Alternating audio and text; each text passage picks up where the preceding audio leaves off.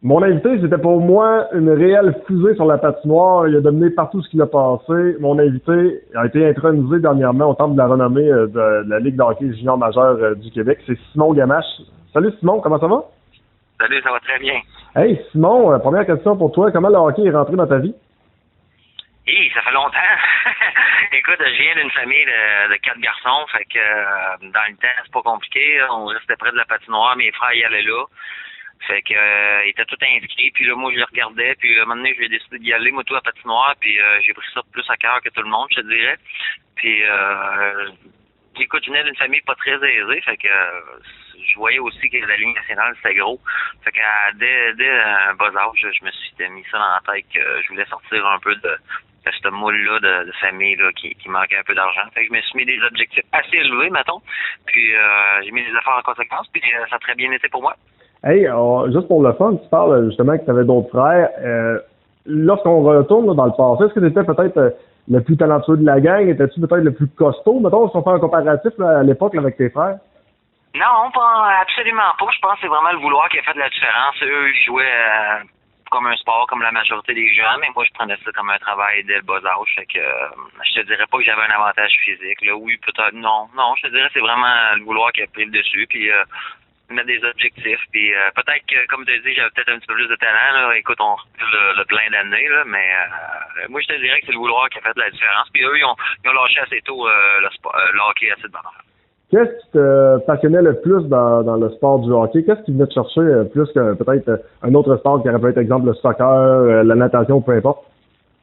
Ben écoute, j'étais bon dans tous les sports, ben honnêtement. Là, on recule, là, mettons, secondaire 1, 2, 3, 4, 5. Je pense que j'ai été athlète de l'année 4 fois sur 5. Fait que, dans tous les sports, j'étais bon, je me donnais, je prenais ça à cœur, j'étais un compétiteur. La raison pourquoi j'ai choisi le hockey, écoute, c'est pas compliqué. Là, le cerveau m'a amené, il dit on est au Canada. C'est pas le soccer dans ces années-là qui était la meilleure des sports, là, le plus de chance, au même titre que football ou bien baseball. Fait que j'ai choisi un peu par élimination, mais j'ai été quand même bon, puis comme j'ai dit, c'était notre sport national. Fait que c'est sûr que l'hiver, j'y allais assez souvent à la patinoire. J'aimais ça, là, bien entendu, là, mais j'ai toujours aimé tous les sports, en fait. Là, mais j'ai choisi ça par élimination, je te dirais, au Québec. Ton idole de jeunesse? Oui, j'en ai plein, mais joueurs de hockey, Mario Lemieux, Maurice Richard, Joe Sakic, Peter Stastny. J'étais un fan des Nordiques dans le temps. Fait que, puis après ça, les Canadiens. Fait que, non, écoute, les joueurs de hockey, c'est clair que ça a été des modèles pour moi. Qu'est-ce qui fait que tu es devenu un attaquant? Est-ce que c'est toi qui as choisi la position? Est-ce qu'on t'a converti en attaquant? Comment tu es devenu un attaquant aussi prodigieux dans tous les circuits auxquels tu as participé? Ben, tu sais, je pense que ça s'est passé un petit peu au patinoire. Tu sais, au début, hein, quand j'allais à la patinoire, je devais avoir 7, 8, 9, 10 ans. Puis que, tu sais, quand tu fais des matchs à patinoire, tu joues avec un petit peu tout le monde, du monde de 40 ans, du monde... Fait que, en étant petit cul, j'allais me positionner plus sur le bord du net, puis j'attendais que les grands me la faisaient. Fait que, une fois de temps en temps, ça venait, puis la sensation de la mettre dans le but, écoute, je pense que ça allait de soi que c'était vraiment ma position. Fait que j'ai fini centre, puis ailier gauche, ailier droite. J'étais capable de jouer toutes les positions d'attaque. Hey, j'ai le goût de savoir comment tu es arrivé dans le junior majeur, parce que, écoute, tu as eu vraiment une carrière extraordinaire dans le junior majeur. Tu es un des joueurs les plus populaires de l'histoire des Foreurs de Val-d'Or. Tu as gagné là-bas également. Comment ils sont venus te chercher? Parce qu'écoute, on connaît l'histoire peut-être de Jesse Bélanger qui jouait du côté de Saint-Côme, puis après ça, il jouait à Saint-Georges, ils sont allés le chercher. De ton côté, on s'entend, t'es peut-être Fairmine, t'es pas dans un grand centre, t'es pas à Québec, t'es pas à Montréal, t'es pas à Windsor en Ontario, t'es pas dans le gros centre. Comment ils sont venus te chercher? Ben, quand même, tout de même, il jouait dans la Ligue Midget 3. Fait que, tu sais, c'est la belle plateforme pour se faire regarder. Mais effectivement, disons que les gens viennent moins à Lévis, mettons, qu'à Montréal. Mais d'un autre côté, j'ai quand même été un choix de 5e ronde, ce qui est pas extraordinaire. Là. J'avais fini 10e marqueur dans la Ligue Midget 3. Mais tu sais, j'avais un dépisteur à l'époque, Marc Chameur, qui m'avait appelé. Puis il m'avait expliqué que lui, il me voyait bien haut, mais que j'allais pas être repêché dans les premiers. Puis ça a fini que j'ai été un choix de 5e ronde, mais toute une surprise pour Val-d'Or. Choix de 5e ronde, normalement tu fais l'équipe, mais pas nécessairement. Fait que j'avais eu un bon camp d'entraînement. Mon entraîneur à l'époque à Val-d'Or, c'était Gaston Terrien, lui qui fait à RDS. Puis il m'avait bien aimé, là, un petit travaillant. Puis à partir de là, j'ai pris mes aises. La deuxième année, j'ai fini avec 140 quelques points. On avait une année désastreuse au point de vue équipe, mais bon, c'est pas une raison pour moi de pas scorer. Puis la troisième saison, on a eu du succès en tant qu'équipe, puis j'ai eu du succès en tant qu'individu. Fait que on n'aurait pas pu demander mieux pour la ville de Val-d'Or et pour moi aussi. Le premier réflexe, lorsque tu as appris que tu allais jouer à Val-d'Or, ça a été quoi? Parce qu'on s'entend, là, tu pars de Tetford-Mines, ça va à Val-d'Or. Là. Écoute, pas le Klondike, là. Ben, écoute, j'étais un petit peu ignorant à l'époque. Là, c'était ma mère qui nous avait élevés tout seul. J'avais pas un modèle masculin dans la maison pour un peu me faire comprendre c'était quoi le chemin typique. Fait que, écoute, juste de me faire repêcher, moi, que ça soit un peu partout, n'importe où, ça me dérangeait pas. J'avais mes objectifs que je voulais jouer dans la Ligue nationale. C'est clair qu'en sachant que c'était Val-d'Or, ben, on se fait repêcher. Ben, c'est à la fin du compte, t'es là pour les bonnes raisons. Puis, je me rappelle à l'époque, ma mère m'avait laissé au terminus de Tetford-Mines avec ma poche de hockey puis ma poche de linge. Puis j'avais dit à ma mère, j'allais pas revenir. Fait que, c'est quand même pas à cette époque-là, les gens, les pères, les mères, ils se rendaient en auto, tu sais, à Val-d'Or, bien entendu, mais moi, c'était l'autobus, on arrêtait, c'était là. Mais tu sais, c'était juste pour te montrer comment que j'étais déterminé, que c'était pas, je faisais pas ça pour m'impressionner. Non, c'était les bonnes raisons, je voulais me rendre loin, puis coûte que coûte, il y a rien qui va m'arrêter, on s'en va à Val-d'Or. Là, il va falloir que tu expliques de quoi à ben du monde. Là. Tu as réussi à battre un record de Mario Lemieux. Tantôt, tu parlais que c'était un de tes idoles, évidemment. Écoute, Mario Lemieux, tu as vraiment besoin de présentation. Tout le monde sait c'est qui. 52 points en série. Écoute, c'est un record qui est remonté à 1984 à l'époque. C'est 57 points en 21 matchs. C'est un record qui, si je me trompe pas, tient encore la route aujourd'hui. C'est malade. Écoute, j'essaye de me mettre dans ma tête là, comment c'est possible de voir un gars qui est repêché en 5e ronde junior majeur, qu'on ne s'attend pas à grand-chose de lui, qui démolit un record de Mario Lemieux puis qui tient encore aujourd'hui. Ben, tu as bien résumé ça, c'était malade, là. Écoute, faut se retourner dans cette saison-là. Je m'en allais vraiment faire une saison de 200 points. Mais 7 matchs avant la fin de la saison, mon coach, il m'appelle, Claude Bouchard à l'époque, c'était mon entraîneur à Val-d'Or, et il me demande de lui parler dans le bureau, puis tu sais, on a une petite discussion tranquille, mais il essaie de me faire comprendre que je comprends, Simon, que tu veux te rendre à 200, tu sais, c'est un gros chiffre, là, ça fait longtemps que c'est pas arrivé, mais par contre, t'aimerais pas mieux peut-être mettre tes énergies pour les séries, puis peut-être pas nécessairement te reposer, mais tu sais, c'était des matchs moins important, là. Puis écoute, il m'avait bien fait comprendre. Écoute, en sortant du bureau, c'est clair, je voulais mon 200 points, là. Mais mais je pense qu'il m'avait fait comprendre que j'étais mieux de recharger les batteries pour les séries. Puis écoute, les 7 dernières games, je pense que j'ai fini avec 6 buts, 2-3 passes seulement. Fait que il m'a comme calmé par la force des choses, mais ça a créé un effet de slingshot, là, je te dirais. Fait que quand les séries ont commencé, en fait, j'ai même pas eu une première bonne ronde, mais après ça a déboulé, puis écoute, c'est la magie. Écoute, j'étais un peu un général sur la glace, là, tu sais, je veux dire, ça faisait 3 ans que j'étais là, j'étais bien positionné avec les gars, tu sais, les gars, je connaissais les forces de tout le monde, fait que, écoute, les 2 dernières games, de Val-d'Or, c'est le premier puis le deuxième match de la finale. On les a éclatés les 2 matchs. On savait qu'on allait pas revenir. Fait que ma dernière match à Val-d'Or, en fait, fait que ça a fait 10 points en 2 games à Val-d'Or. Puis c'est là que j'ai battu le record de Mario Lemieux. Là, c'était vraiment incroyable. C'est mon dernier match, en fait, en carrière à Val-d'Or. Les gars m'avaient sorti sur la haie d'honneur, etc., etc. Mais on savait qu'on s'en allait vers un championnat. Là, Acadie Bathurst, c'était pas de taille pour nous. Là. Les grosses équipes, c'était à l'époque, c'était les Tigres de Victoriaville puis les Cataractes de Shawinigan. Adim Berbata, Marc-André Bergeron, etc.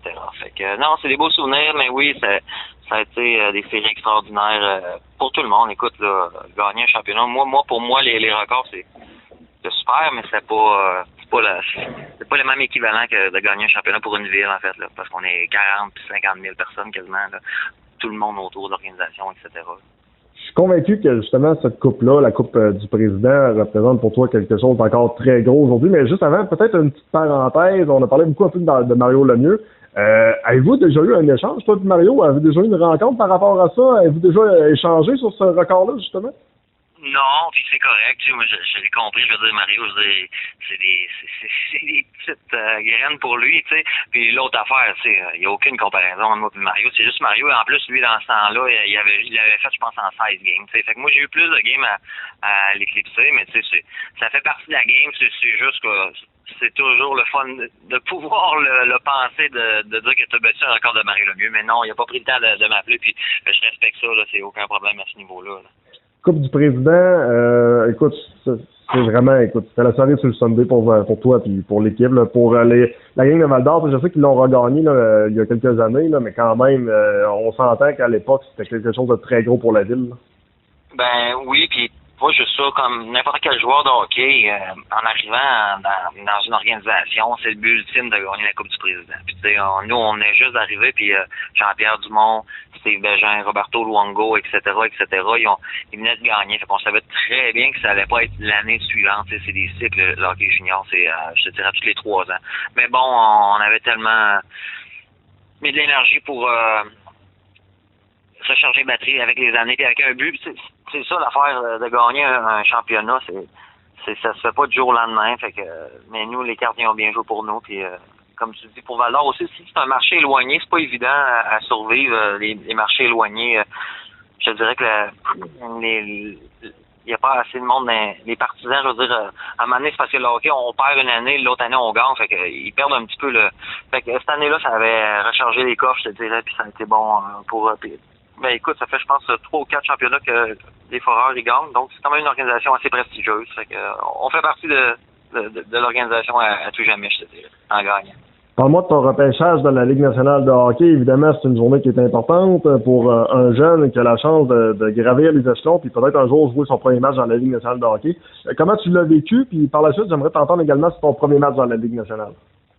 Écoute, moi, c'est que normalement, tu te fais repêcher dans la Ligue nationale à 17 ans, mais ma première année à 17 ans, moi, il faut se rappeler, je suis un petit cul là, de 5 pieds 9, puis ils prennent pas ben ces joueurs-là, disons, dans les repêchages. Fait que ma première année, j'ai pas été repêché, mais aussi avec raison. J'avais seulement 62 points en 72 matchs de mémoire. Donc, c'était ma deuxième année que je suis arrivé à 143 points, là, 64 buts, mais l'équipe a moins bien été. Fait que, écoute, encore là, j'aurais même pas été supposé de me faire repêcher. J'ai décidé de pas aller non plus au repêchage parce que, comme je t'ai dit, c'était pas clair, j'allais me faire repêcher, je voulais pas engager des frais pour rien, puis aussi la déception, etc., etc. Et oui, mon agent de l'époque, Paul Corbeil, il m'avait appelé et il m'avait dit, écoute, on a le choix. Tu t'en vas à Chicago pour un try-out ou bien tu te fais repêcher à Atlanta. Fait que il m'avait comme donné le choix, veux-tu te faire repêcher? Puis j'ai dit ben oui, j'aimerais ça. Puis ensuite de ça, bon, on connaît la suite. J'ai passé 2 ans et demi dans l'organisation. Beaucoup dans les mineurs. Puis Bob Hartley, mon entraîneur, m'a donné le premier match. Non, en fait, c'est pas mon premier match. Là, c'est l'année d'après qu'il m'avait donné une chance. Mais bon, c'était avec Kirk Fraser, en fait, mon premier match dans la Ligue nationale avec Ilya Kovalchuk, etc. Fait que pas beaucoup de minutes de jeu, mais très excitant. Je te dirais que c'est un rêve là, pour tout gamin là, de jouer dans la Ligue nationale. Tu joues dans la Ligue américaine, les gens ils pensent pas à ça, mais c'est long dans la Ligue américaine. T'as hâte à cet appel-là, tu travailles fort, puis ça arrive pas la première année, ça arrive pas la deuxième année. De mémoire, c'était ma 3e année. Fait que j'avais eu un rappel pour deux joutes. Puis c'était Atlanta Thrashers. Là. C'était pas un gros marché de hockey, mais bon, ça signifiait énormément pour moi. J'avais mis la barre haute. Avec du recul, j'aurais voulu jouer plus d'années. Mais bon, quand même un beau parcours pour ma part. Le premier but dans la Ligue nationale de hockey, je suis convaincu que c'est encore la rondelle. D'après moi, c'est un souvenir qui va probablement mourir presque avec toi là, dans ta tombe ou pas loin. Parle-nous justement de ce premier but-là. Écoute, c'est gros. Là, de jouer un premier match dans la Ligue nationale, c'est une étape. Mais marquer un but contre un gardien de but de la Ligue nationale, c'en est un autre. Ben écoute, c'est spécial comme but, incroyable. Il m'est arrivé toutes sortes d'histoires dans ma carrière. Bon, regarde, je me suis fait échanger par la suite à Nashville. Atlanta voulait aller chercher un bon défenseur. Fait qu'ils m'ont donné un retour. Fait qu'éventuellement, je me fais rappeler. Je fais un beau jeu, je m'en vais au but. Je déjoue David Abichard contre de Colorado. Ça pogne le poteau, ça pogne l'autre poteau, ça rentre 4 pouces, il sort, mon défenseur prend un lancer, il score. Moi puis mon chum, on l'avait vu qu'à rentrer. Fait que tu sais, j'ai jamais eu la célébration du premier but. Mais bon, ils me l'ont donné bien évidemment en regardant les reprises, mais j'ai pas eu la sensation normale du premier but dans la Ligue nationale. J'ai eu la sensation que je me l'ai fait voler par mon défenseur, mais bon, les gars, Timonen, je veux dire, il n'y avait pas besoin de ça. De toute façon, on le regarde à la reprise, mais c'est quand même une situation très bizarre pour un premier but dans la Ligue nationale. Je m'en rappellerai toujours pareil, c'est le même effet, mais bon, la célébration du moment n'a pas été la même que j'aurais espéré, disons. Moi, quand je regarde ton parcours dans le monde du hockey, ça m'a toujours surpris un peu que tu n'aies pas nécessairement eu la chance de jouer un peu plus dans la Ligue nationale. Tu sais, puis, je lisais dernièrement un article, j'ai tombé là-dessus il y a plus récemment, mais ça fait quand même peut-être quelques mois, peut-être même quelques années. Tu avais révélé ça. Tu aurais pu jouer avec le Canadien de Montréal, mais tu as joué avec les Maple Leafs de Toronto à la place. Ça n'a pas été nécessairement une complète mauvaise décision, parce que écoute, tu as quand même joué des matchs avec les Maple Leafs. Mais crois-tu que si tu avais changé cette décision-là, tu aurais peut-être pu connaître une belle carrière à Montréal? Ben écoute, c'est l'histoire réelle. C'est parce que moi, j'avais été en Suisse une année. J'avais pour essayer de faire un plongeon pour revenir dans la Ligue nationale. J'étais un petit peu tanné d'être dans la Ligue américaine. Puis j'avais signé à Berne. Puis j'avais signé un contrat de 2 ans. Mais après la première année, je pouvais m'entendre avec une équipe de la Ligue nationale, mais avant de mémoire le 1er août.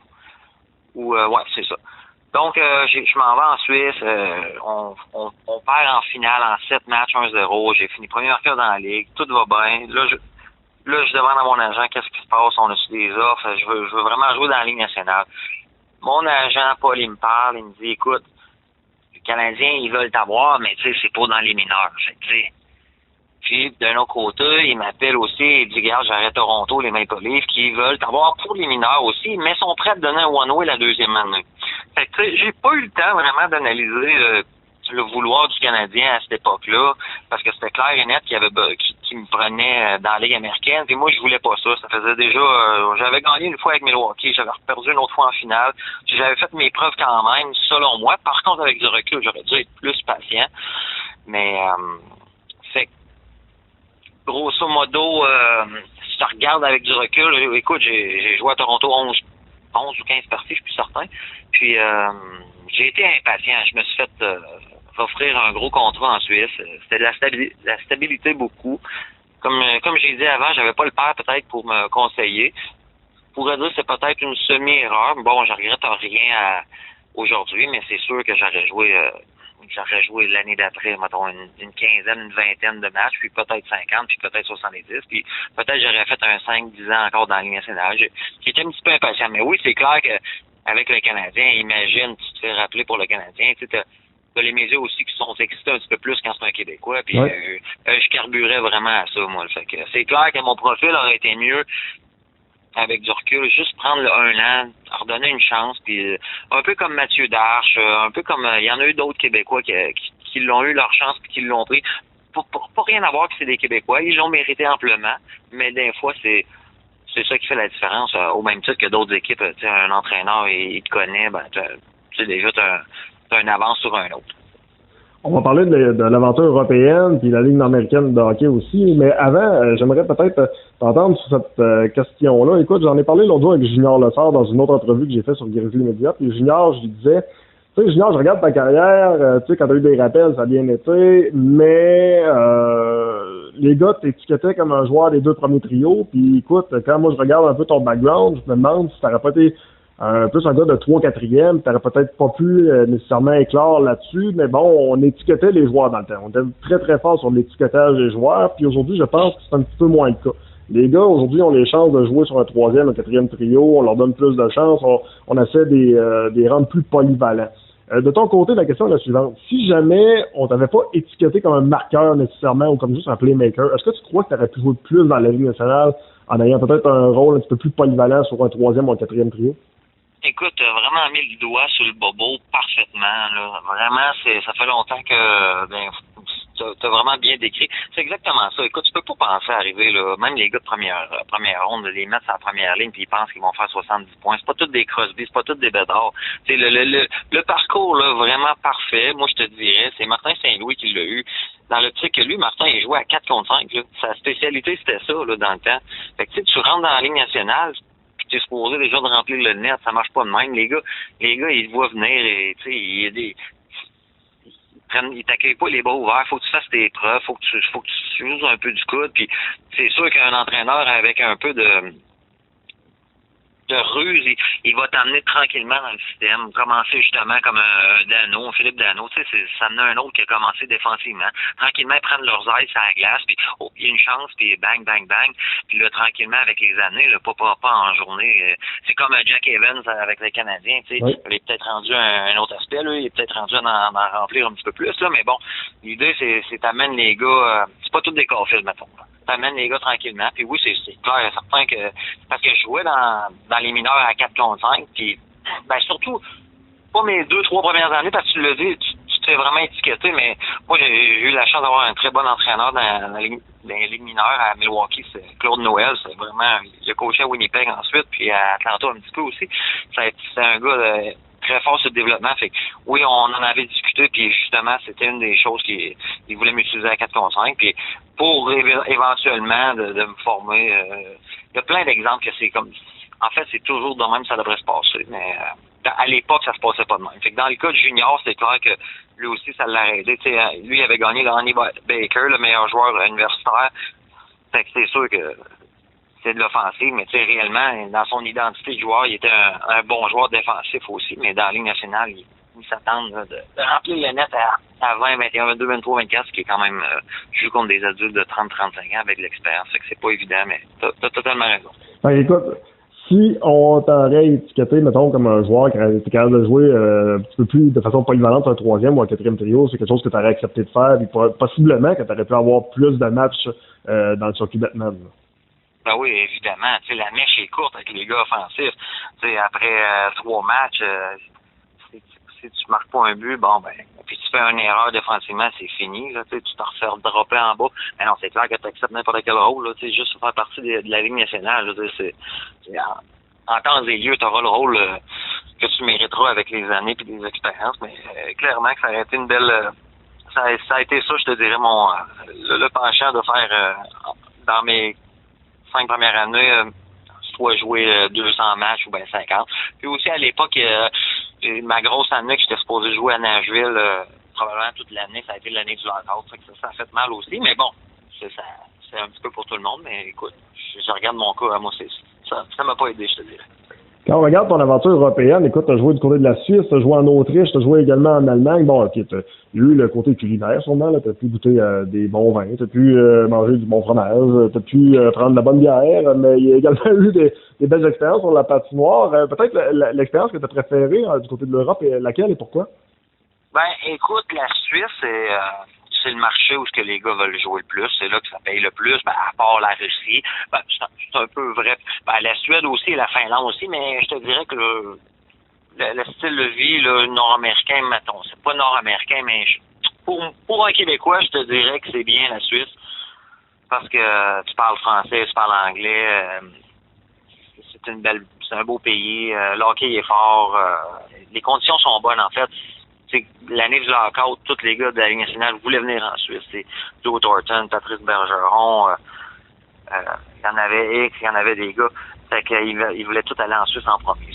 Il y a des raisons, les paysages sont beaux, c'est vraiment une belle place. Puis économiquement, je veux dire, les gens, on était bien payés. Nos contrats, puis aussi, sont obligés de les respecter, contrairement à la Russie.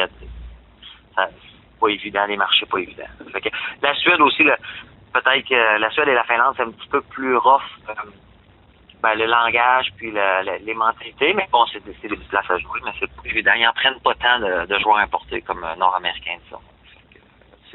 J'ai vraiment adoré la Suisse. Mes deux enfants plus vieux sont nés là. Ma femme a bien aimé. Écoute, l'Allemagne, même affaire. Norvège aussi. Autriche aussi. C'est toutes des belles places. Là. On parle pas des pays du tiers-monde. Là. C'est toutes des pays développés que tu es très bien encadré. Puis les organisations prennent soin de toi. J'ai été chanceux. Là. J'ai joué avec les grosses organisations. Mannheim, Berne, Fribourg, Oslo, à Vienne. Fait que des grosses capitales, là, je te dirais. J'ai rien à me plaindre. J'ai vraiment aimé même auparavant, j'ai mentionné que j'ai peut-être été impatient. J'ai pas de regrets. Là. Ça a été des belles années de ma vie. En Europe, c'est ça, on revient pas mal couché à la maison, versus dans la Ligue américaine puis dans la Ligue nationale, c'est beaucoup de voyagement. Mais écoute, il n'y a pas juste du plus en Europe, comme il n'y a pas juste du plus en Ligue nationale non plus, ou dans la Ligue américaine. Il y a un gars qui me vient en tête, puis écoute, s'il écoute l'entrevue, je suis certain qu'il va sourire. Mathieu Roy, qui a joué dans la Ligue nationale de hockey également, qui est venu finir sa carrière dans la Ligue nord-américaine. À l'époque, il avait dit « Je jouerai jamais là-dedans, c'est un circuit de fou ». Finalement, écoute, il est venu finir sa carrière ici, il a aimé ça, il a gagné la coupe, puis je l'ai croisé l'autre jour, puis il me disait « Il me semble que ça me manque encore ». De ton côté, tu as terminé également ta carrière dans la Ligue nord-américaine avec Thetford Mines. De jouer devant ton monde, comment tu as trouvé ça, cette ligue-là, qu'on disait à l'époque la ligue la plus folle de la planète? Ben, premièrement, Mathieu, on a gagné ensemble à d'or en passant, ça me rappelle. C'est vrai, Colin, c'est vrai. C'était, moi j'avais 19 ans, lui il avait 16 ans, puis disons que je l'aimais bien, Mathieu. Fait que non, il était bon pour nous. Écoute, la Ligue nord-américaine, c'est une belle ligue. Moi, personnellement, écoute, je suis pas un fan des combats, là. Moi, je suis un gars qui aime la game fair. Mais le produit qu'ils ont, ils ont vraiment des bons joueurs. Je te dirais que c'est une valeur qu'il faudrait qu'il y ait un petit peu plus d'équipe, mais il y a des vraiment bons joueurs dans la Ligue nord-américaine. Pour moi, mettons, j'étais pas sérieux. Tu sais, j'étais un gars qui fait ça à 100% ou je le fais pas. Puis c'est un petit peu mon problème pour moi. Tu sais, si je voulais continuer à faire à 100%, j'aurais continué en Europe. J'étais tanné. J'étais pas supposé jouer dans la Ligue nord-américaine. Puis il y a un ami en jouant au golf, là, il me dit « Mais non, ça te tente pas de jouer. Ça commence là dans 2-3 semaines ou un mois. » Tu sais.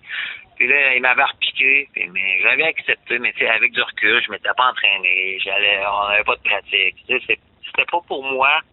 Rendu à l'âge que j'avais. Mais tu sais, c'est un très beau produit pour bien les gars, puis c'est un beau spectacle, puis vraiment, là, la qualité de joueurs qu'on a, faut pas l'oublier, c'est vraiment des bons joueurs, là, parce que c'est difficile, là, en tant que Québécois, là, penser à ça, là.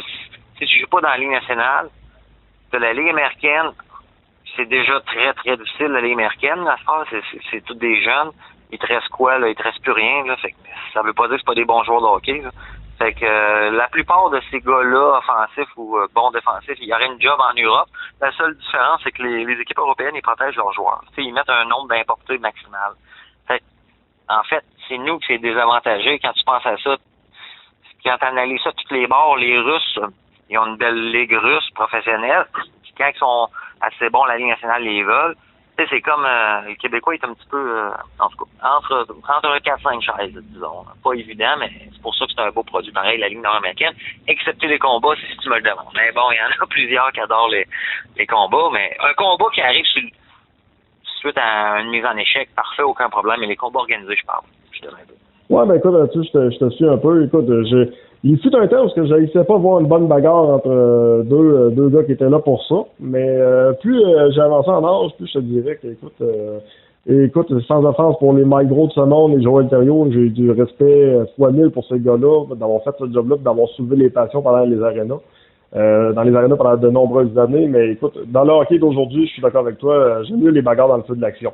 En terminant, Simon, écoute, on pourrait parler de la retraite, puis qu'est-ce que tu fais aujourd'hui? La retraite, ça a été dur pour toi de la prendre? Écoute, j'ai l'impression que non, parce que comme tu mentionnes, tu étais peut-être rendu là, vu que tu n'étais plus nécessairement un gars qui était autant impliqué à 100% comme tu le désirais, puis en même temps, non seulement sur la retraite, comment tu vis avec le hockey aujourd'hui?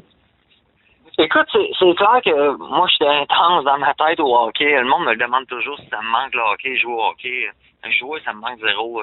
Mais tu sais, le proverbe, toute bonne chose a une fin. Je l'ai tellement fait intense. Puis tu sais, c'est un gars que, avec du recul, j'avais pas grands avantages sur un autre, à part peut-être le vouloir. Fait que peut-être que la game physiquement était demandante énormément pour moi. Peut-être plus qu'un autre, mais mentalement, c'est dur pour tout le monde. Là. Mais tu sais, à un moment donné, t'es rendu à 35 ans.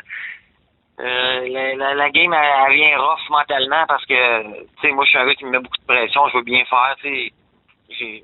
dans mes 16 années, j'étais allé 7 fois en finale. Fait que, tu sais, tu perds dans la première ronde, là, je veux dire, ça s'en va, ces joueurs. Je trouvais ça rough de prendre ça sur mon dos tout le temps.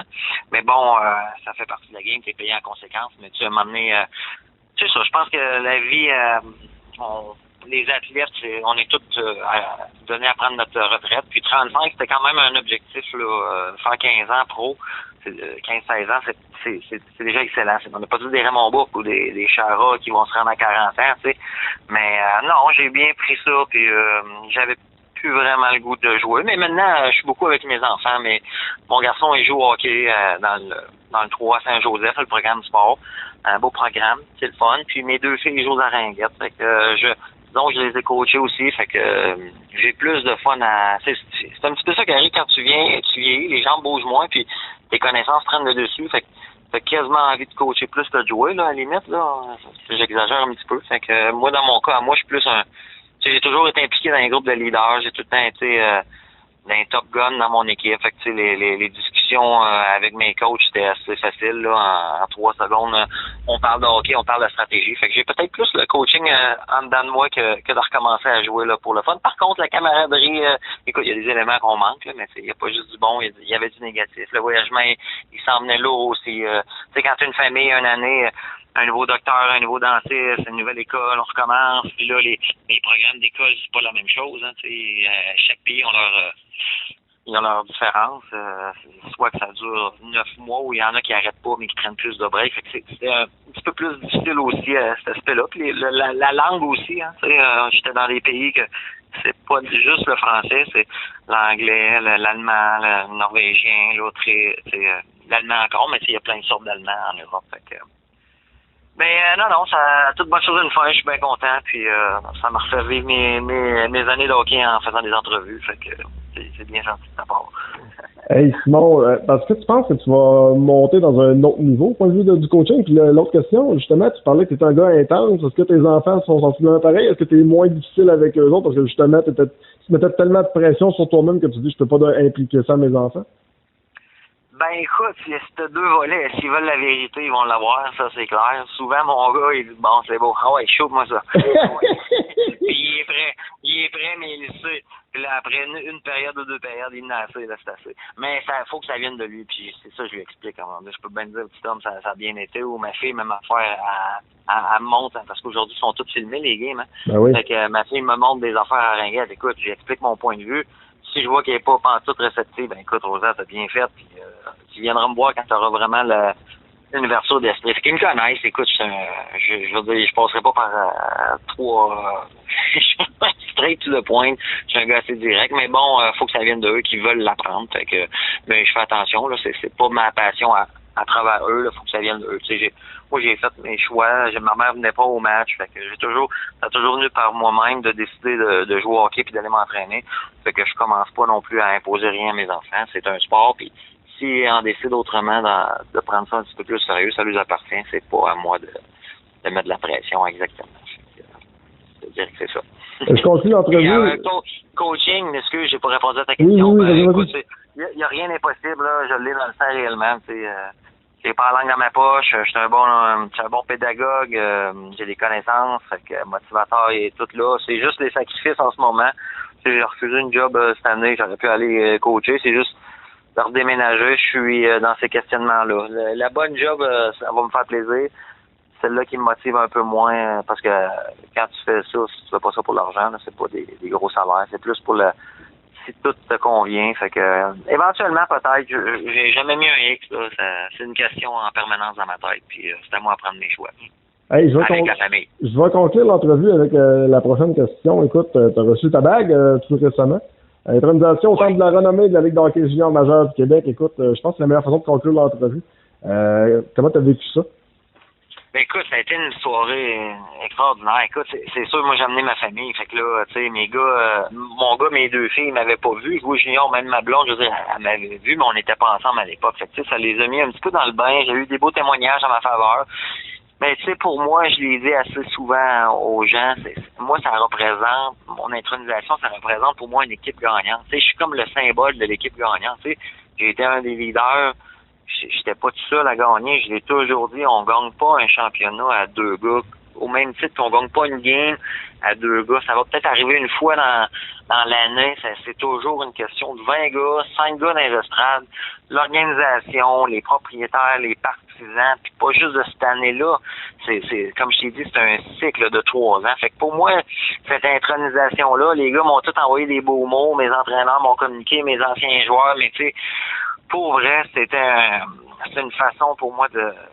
Ben moi, je recueille vraiment ça. Je rattache ça vraiment au travail d'équipe, tous ces gens-là. Fait que on dirait qu'avec la vieillesse, on se le fait toujours dire, l'équipe c'est plus important que l'individu.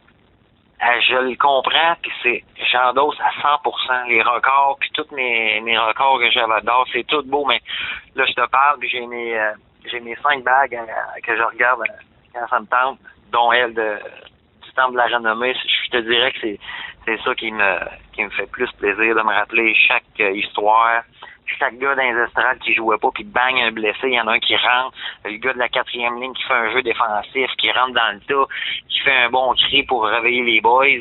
Puis oui, ton Top Gun qui score le gros but, puis ton défenseur qui fait le jeu.